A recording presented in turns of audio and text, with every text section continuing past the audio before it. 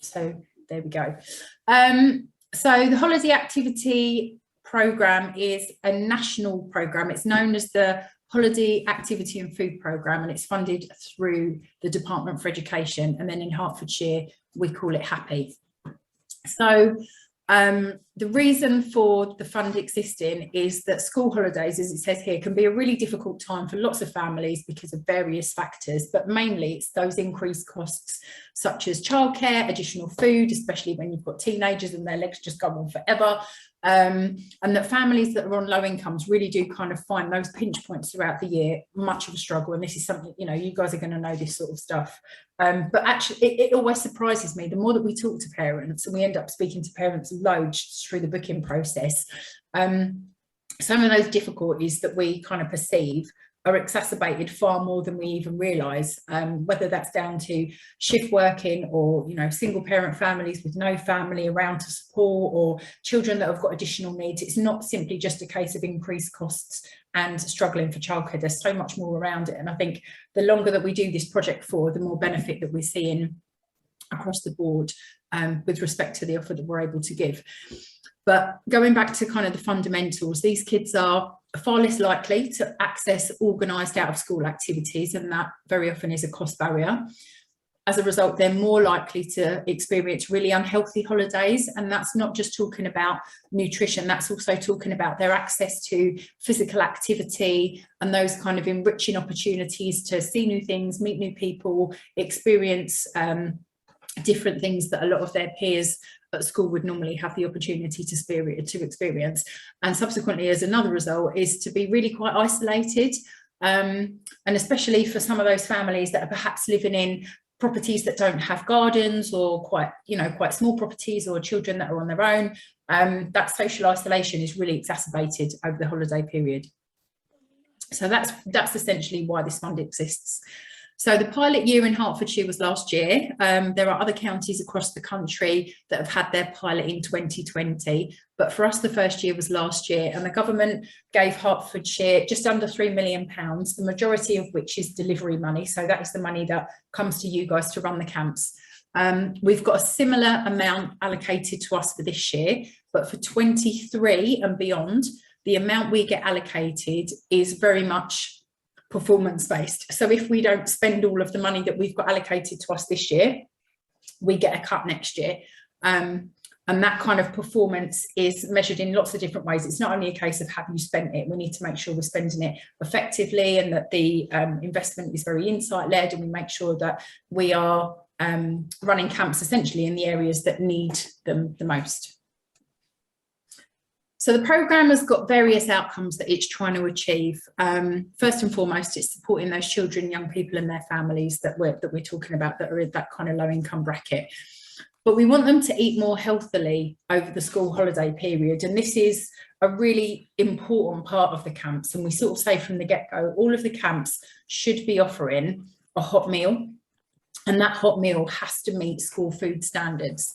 And we're going to talk a little bit more about food later on, because there are various bits of feedback, I guess, that have come from parents around the types of food that children would like to try to eat, the kinds of foods the parents would like to see children trying to eat, with respect to what can be afforded in the home and exposure to new and sort of unusual foods and that sort of thing. But also, having spoken to some of the STEM families, the challenges that it presents to children who really struggle with sensory issues, whether that's touch, taste, texture, all of that sort of stuff. We want children to be more active during the holidays, and trying to meet that Chief Medical Officer's recommendation of the number of minutes of movement per day. To also take part in activities that are enriching and engaging, and so much of what we're learning from the camps is about building that resilience. And it's, children might not necessarily come away from camps having developed new friendships, but if it's given them the confidence to speak to new people and to go into new environments on their own, and to kind of perhaps overcome conflict or be able to take the lead in a certain activity, all of that is really important for character building and improving their well-being. We want them to be safe and not socially isolated. And these kind of things can be looked at as a collective, as in safe and not socially isolated, but also to be safe on its own. A lot of these children sometimes are coming from less than nurturing background. So we want to know that they're going somewhere that they are well looked after, they're listened to, they're with adults that they trust, and they feel confident enough to be themselves.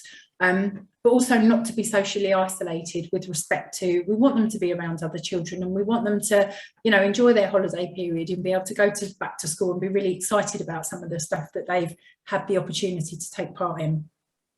There's a bigger emphasis for this year about children and families having a greater knowledge of health and nutrition, and that is some of the work that we're doing with those providers that are running at Easter.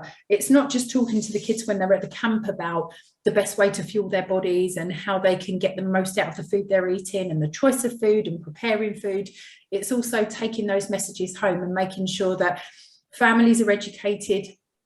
Educated is perhaps the wrong word, but I've got more information when it comes to not just how they can shop, how they can prepare food, but perhaps, you know, the social aspect of eating. We get so many parents, oh, the kids are fussy eaters, and we spend ages and ages sitting at the table and can you eat this and can you eat that?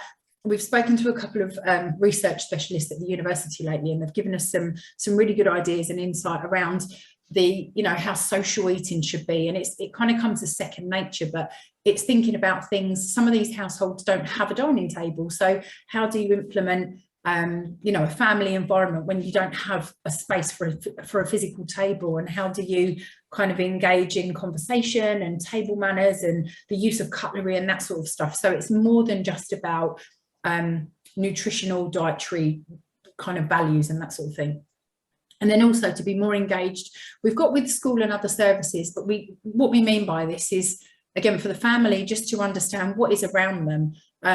It might be that they know they can access the libraries for free. It could be for children to feel more comfortable around police officers. It might be that families know there are services such as the Citizens Advice or Hearts Help that can help them. So it's kind of working with the whole family to make sure that everybody is aware of what support services there are around them. So the specification that we're given from the Department for Education is that we have to provide opportunities for school-aged children from reception to year 11. Now, last year, this narrative was children aged 5 to 16, and it's changed because, quite rightly so, children who are in reception and may meet the criteria are just as eligible to attend as 5-year-olds. Obviously, it brings into play things around Ofsted requirements for certain organisations, but what this means is we're not explicitly saying they have to be 5. As long as they're in school, they can be 4, and if they turn 17 in the summer after they leave school, they're effectively still in education up until that September at the end of the summer holidays. So you can kind of pick up those start and end ages as well. And it is children who are eligible for benefits related free school meals. And again, while this makes sense to us, we're still finding that the schools are getting a little bit confused in some cases, where children who are pupil premium children aren't necessarily free school meal children because the income threshold is a little bit different. So we're kind of trying to make sure that it's a really clear message that it's benefits related, and for parents to be in receipt of that, they have to have made an application through the county council to receive that benefit, even if the children are at Key Stage 1. And it's, again, really important that families understand young children will get universal infant free school meals, but if they make that application because they believe they would be eligible for benefits related free school meals, that child will be able to access additional support within the school will get additional funding for them, and it opens up opportunities for things like the camps. Otherwise they wouldn't get sent the codes that they need. We need to run the camps during Easter, summer and Christmas holidays.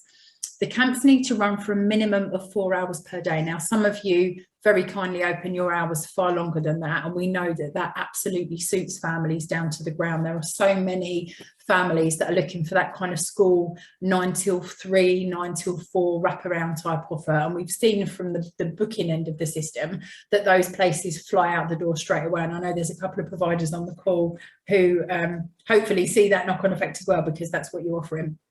It needs to be at least an hour of sport or physical activity, at least an hour of enrichment, and then that all-important hot meal.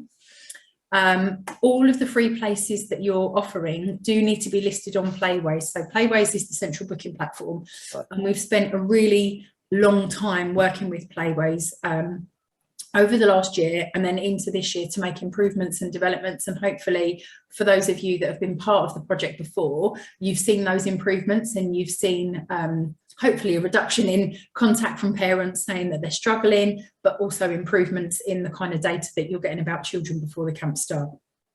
Across the year, we're aiming to offer 66,000 mainstream places, plus an additional 4,500 SEM places. So we're looking at quality over quantity, and we'd initially said a maximum of 50 places per day. For summer, that is going to change a little bit, and we'll talk more about the kind of parameters that are around the application. But for anyone that's kind of wondering where that limitation has come from, last year we offered 111,000 places across the year, and so much of that ended up as wastage because places weren't getting booked, and whether that was down to a lack of awareness about the programme or activities being run in the wrong place, there's a whole kind of mixture that contributed to that. But the numbers that we've picked up this year, that we've set ourselves this year, are very much based on the number of places that were booked and attended. So we're trying to improve the quality, reduce the wastage, and also it's enabled us to work with SEND providers to give them a higher or to remove the cost per head. So as you'll see later on, for those of you that are running mainstream camps, there is a £30 per head per day limit. For SEND camps, we removed that this year because it's really important that SEND providers have got the opportunity to provide exactly what it is they know that their children need. I'm just getting over a cold as well, so excuse my croaky voice. The grant that you can access is anything between £20 to £30 per child per day. And again, looking at applications over Easter, we know that not all of you need £30 a day, which is great, don't ask for more than you need. But equally, you can do a lot with £30 per child per day if that's the amount that you feel that you need to go to. And that does have to include the cost of food as well. There isn't, as I say, any cap on the price per day for SEND children. For summer, you can deliver for a minimum of 1 day, but up to a maximum of 16 days delivery. You could also look at running a mass event that brings in the community. So over Easter, one of our providers is running a circus day, and they've got 200 places available. They are running other camps in the lead up to it, but this one mass event is just an alternative way of making an offer. So there'll still be a physical activity, there'll still be some enrichment, there'll still be food, but it's just a different way of doing it. And actually, having spoken to a couple of colleagues in the office today, we're noticing there's a huge lack of 13 plus children wanting to book onto camps. So just to look over the last few days, we've had just over 9,000 bookings for Easter so far. And when you look at all of those bookings and break them down, less than 300 are for 13, have been taken by 13 to 16-year-olds. And we're wondering if perhaps a mass event kind of thing might be more appealing. At that age, do they want to go to a camp that's kind of, they're going to go along and they're going to play games and they're going to do that? Probably not. But if we can encourage some kind of quite funky event, maybe something a bit music based and skateboards or graffiti, there's so many different ways of doing it. But we're thinking that for summer, perhaps those kind of one-off events to reach the older age group could be preferable. And then based on parent feedback, some of the specialist camps are really, really doing well. So things like gymnastics, some of the performing arts camps are doing really well. We've got a couple of new providers for Easter that are offering filmmaking and stand-up comedy, just some kind of quirky different stuff. We were really, really sport heavy for 2021. And that's no surprise. The partnership's bread and butter with sport, and those are the organisations we knew. But getting the feedback from parents is that they really enjoy that diversity of various different things that the kids can go out and try. And when you look at the patterns of booking, lots of parents do pick a little bit of this and a little bit of that and something over here, all within a geographical location that they can reach. But there seem to be fewer than we anticipated families just booking every single day on offer. Of course, that does happen in some cases, but there are also lots of families that are kind of picking a real variety of stuff for their kids to try. The delivery period, so it just about covers 6 weeks. So it's from the 25th of July up until the 31st of August. And your 16 days can appear at if you want to go to 16 days, could appear in any format. So you might want to do the first 2 weeks and then an extra day somewhere else. You might want to do 1 day a week across the whole 6 weeks. You might want to do a couple of days and an intensive week. You can break down your delivery however you want. And you, as I say, you can run anything from 1 day up to 16 days. The application timeline for summer is here. So the application's opened on the 7th of March. I know it feels really, really quick, but part of the rationale for us kind of getting ahead of ourselves is to try to help you, hopefully, with a bit of future planning. So applications opened on the 7th of March. For you guys, the applications close on the 3rd of April, unless you're a school. Schools get a little bit longer. They can put their application in right up until the 10th of April, and the thinking behind that is that by that time we're into the summer holiday, into the Easter holidays, and head teachers who are most likely to put the application in have just got a little bit more time to think about what they want to offer. That's not to say that if a school is your venue, you get that extension. It's if the school is the applicant, they get that extension. On the 24th of May, the papers will then be assessed by the panel. That time in between, so from the 10th of April to the 24th of May, is when all of the due diligence is done. And that's when HCF are looking through your policies, your procedures, making sure that everything in the application is as tight and clean as possible, so that when the papers are assessed by the panel, it's a really straightforward process. I'm so sorry. Then on the 25th and the 26th of May, you'll get your decision back. So you'll be able to start to plan exactly what it is you're going to deliver day by day. On the 6th of June, we've planned our Playways onboarding session. So for anybody who wants to attend as a refresher, or for people that haven't attended Playways onboarding before, that will be your training that teaches you how to use the system, answer any questions, kind of show you what it is you've got to do to get your camps uploaded. Oh, 9th of March, that date should have been changed. There then will be a deadline for you to upload your camp so that myself and Orla can check through that information. And then bookings will open on the 20th of June. So the likelihood is that middle date is going to be about a week before bookings open, because with all of the camps that you're listing, there's a lot of checking that we have to do just to make sure that everything is working as best as it can. And then the delivery period is, as I say, from July through to the end of August. So for anybody new, this is kind of just a little bit of an example of how a camp might run. So this is a fictitious football camp that's running at X location. And at 10 o'clock, that might be when your kids arrive, you're registering them. And as soon as they come in, the worst thing is for kids to come in and kind of stand around and not really know what to do. So you might want to have some kind of icebreaker games or relays or something going on just to keep them occupied while everybody's turning up. Your first hour might be a sports session where you're covering a few skills and drills and doing some games and a bit of getting to know each other, and then have a little break. From 11:15, that could be your craft session. I've put on there designing football boot magnets and t-shirt painting. I did a little look on Google earlier, just for some ideas that were kind of relevant. And also, myself and my sons have been making this over the last few days. And this, I don't know if Josie's on this call, but this has definitely been inspired by some work that he did with Josie. Hi, Shelley. Hello. Do you like our beautiful little... Oh, that's so nice. We have spent the last 2 nights, you should have seen the state of the kitchen with bits of paper all over the floor. But we, yeah, loved seeing what you did and what you did with him on his birthday. So we've been doing all sorts of stuff. But it's these kinds of things that you can do with them. It doesn't have to just be kind of colouring in. Lunch, so an example of lunch could be a hot pasta bowl with bolognese, a vegetarian sauce if you've got vegetarian children coming, and then some fruit or yogurt and a little bit of cake or a snack bar. It's really important that you think about the food in your planning stage. You don't necessarily need to know who your caterer is, but remember your food allocation has to come out of that £30 per head per day. So kind of just start to do a little bit of maths in your head when you think about what you want to offer. Again, you might want to then do a little bit of sport again, just to finish off, maybe a small-sided game if you're running a football camp, and then at 2 o'clock the kids will get collected. Now, this is just an example. Obviously, you run your days however you see fit.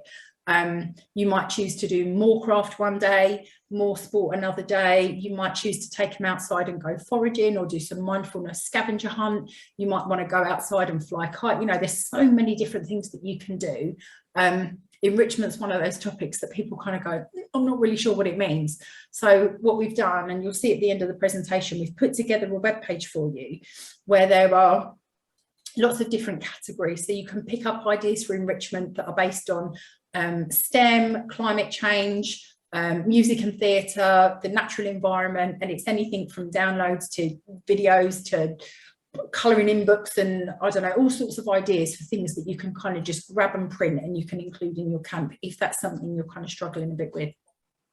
Also, really good tip that I got from one of the deliverers last year is if you start to think now about what you want to do for your enrichment, especially if it's craft based, to kind of start being quite resourceful around collecting up your own tat at home, maybe, so kind of all the boxes and the odds and so, you know, the bits and pieces that you can use to be as resourceful as possible, and perhaps seeing if any friends or family have got donations of bits and pieces they're not using anymore, and maybe even mocking up a couple of things so that you've got it ready ahead of time, and it just makes sure, I think the better planned your enrichment sessions can be, the easier it is on the day and the more successful it will be and the more that the kids will enjoy it.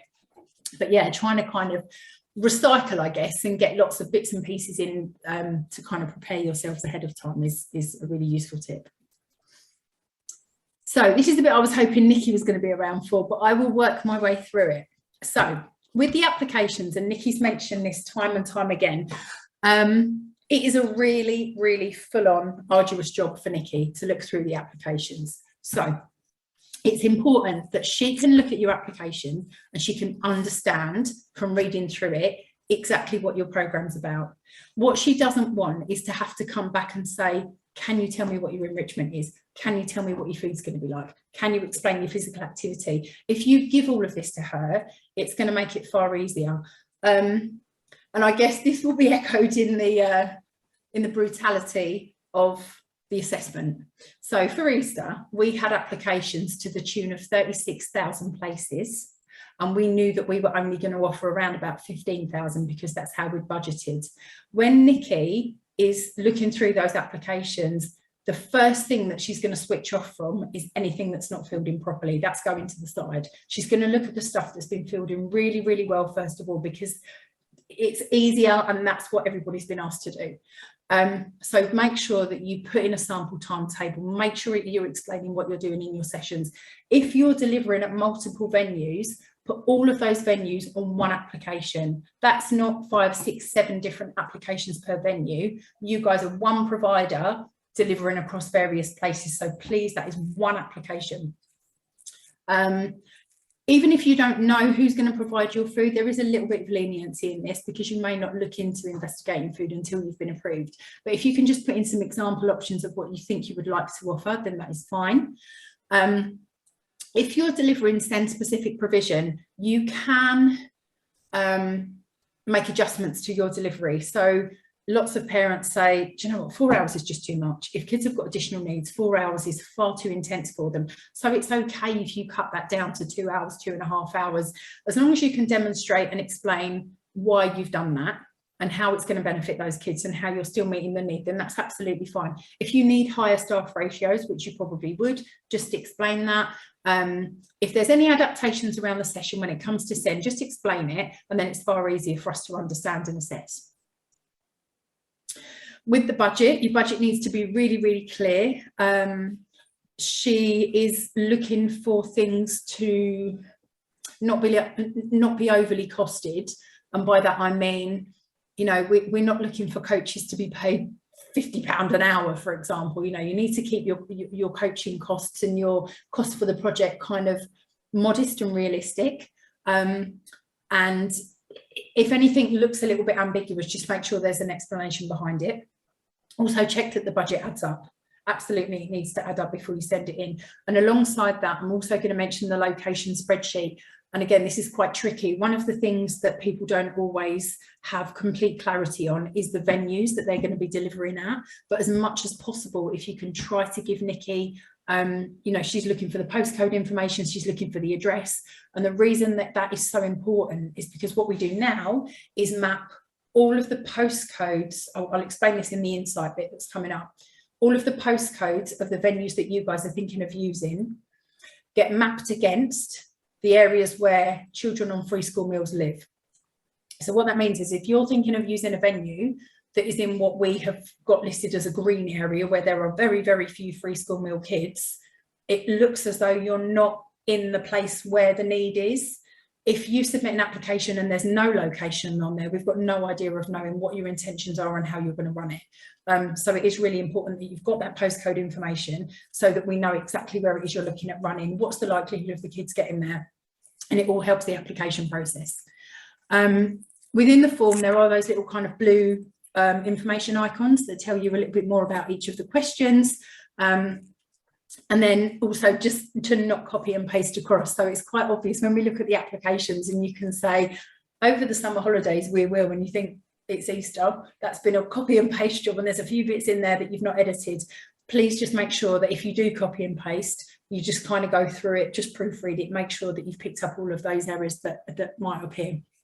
And then again, just check it, and then send that into Nikki. Okay, so mapping and insight. For those of you that may not have seen this before, we call these heat maps, and we've got heat maps of each of the districts. And what these show is the areas where free school meal children live. So this is Dacorum, and you've got a little hotspot here. So generally, the darker the colour, if you look down the bottom, the darker the colour, the higher the population of free school meal children is. So in these dark sort of purpley red areas, it's saying that there is anything between 80 and 354 children on free school meals living in those areas. This information is picked up from census data and from county council data, and it is current to within about 6 months. So you can see here down towards Kings Langley, there's a hotspot in the middle of Gadebridge Park, various parts of Hemel. So if you're going to run a camp and you're thinking of plonking it here, it's probably not going to be as fondly looked upon as if you were looking at running something here, something here. This information is available for you to look at during your application process, and it has made such an enormous difference to the assessment, and already I think genuinely to the bookings. You know, it's no coincidence that we are almost half full for Easter in less than 3 days, because things are being put in the areas that need them the most now. So this insight is so important for you guys to look at and to try to, you know, kind of delve into and unpick. In some instances, if you are using a venue, and a meeting that I had today is an example of that, if you're using a venue where the venue dictates the activity. So I had a meeting over at Bayfordbury Observatory today as part of the university's facilities, and we want to run a camp that is very kind of space astronomy planetarium based. I can't take that observatory somewhere else, so it would sit in one of these green areas, but there's a kind of rationale behind it. It's going to be hopefully it's going to be a really successful camp that's going to be of interest to kids that perhaps haven't attended anything else, because nothing that's available is is kind of floats their boat. But we will put in we'll put things in around that to make sure that the kids can get there. So we will look at working with the university to make sure there's some transport. We'll still look at promoting it to the local area. So in those instances, if you've got a venue, the venue dictates where you are, that's one thing. But on the whole, we're looking at you running activities in areas where those free school meal children are. And then this is kind of the last little bit. So your HAF teams generally are myself, Orla and Matt at Hearts Sports Partnership, and then Nikki, Louise, Maureen and Helen at Hearts Community Foundation. So it's probably Nikki that you'll speak to most frequently with respect to the applications. Louise that you would speak to with respect to training. So we offer, HCF offers a huge amount of training for you. Things like safeguarding, managing challenging behaviour courses. We've included some ADHD and autism courses this time. So there's a whole raft of training, and she's actually set the programme to run across the year this time. So if you know that you are going to be delivering over the summer, or you're thinking of delivering over the summer, but the course that you're really interested in is next week, don't feel that you perhaps can't access it, because that training is there and it's available for people who, you know, in readiness for you to plan ahead, but also for you to continue your own CPD after you've run a camp. Our contact details are there as well. So the HAF inbox is the one that myself and Orla monitor daily. The grants inbox is Nikki's. And then the phone number there is for our office. And then there's the link there to the Happy webpage, which has got all of the information about how you apply, where the application forms are, and where all of those kind of heat map data sets are. And then the enrichment ideas